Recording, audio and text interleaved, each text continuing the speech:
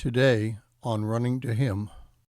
Since the beginning, peace treaties have been used to secure land or property. We need to think today about how to make peace in our society. We will read through the Pentateuch until January, and today we read Genesis chapter 26, verses 18 through 27 to 46, and concentrate on verses 26 through 29. Then Abimelech came to him from Gerar with his advisor Ahuzzath and Phicol, the commander of his army. And Isaac said to them, "Why have you come to me, since you hate me and you sent me away?" And they said, "We see plainly that the Lord has been with you." So we said, "Let there now be an oath between us, even between you and us, and let us make a covenant with you, that you will do us no harm, just as we have not touched you, and have done nothing to you but good, and have sent you away in peace. You are now blessed of the Lord." Now, whether we realize it or not, we're in a time of war. 50% of the country hates the other 50% of the country, and vice versa.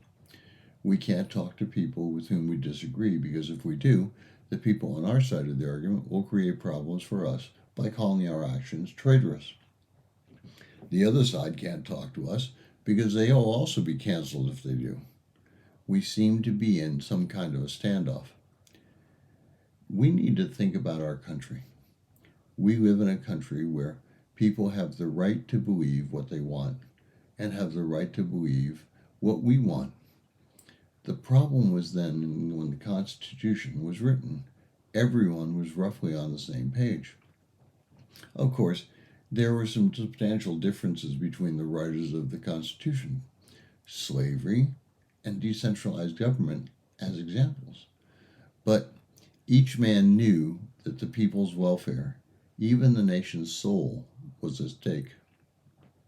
The common bond that our founding fathers had was one of religious faith. There were no atheists at the Constitutional Convention.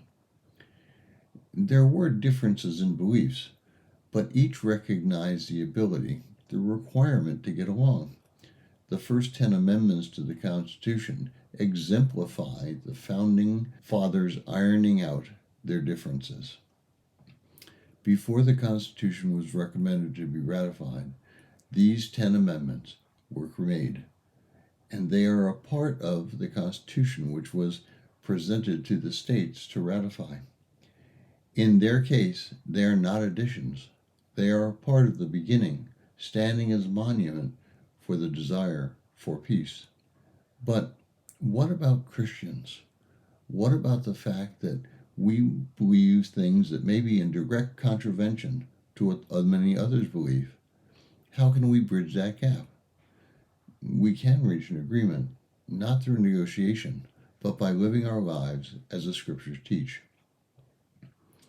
The Roman Empire was against Christianity for about 300 years, and yet, in those 300 years, thousands came to a relationship with Christ.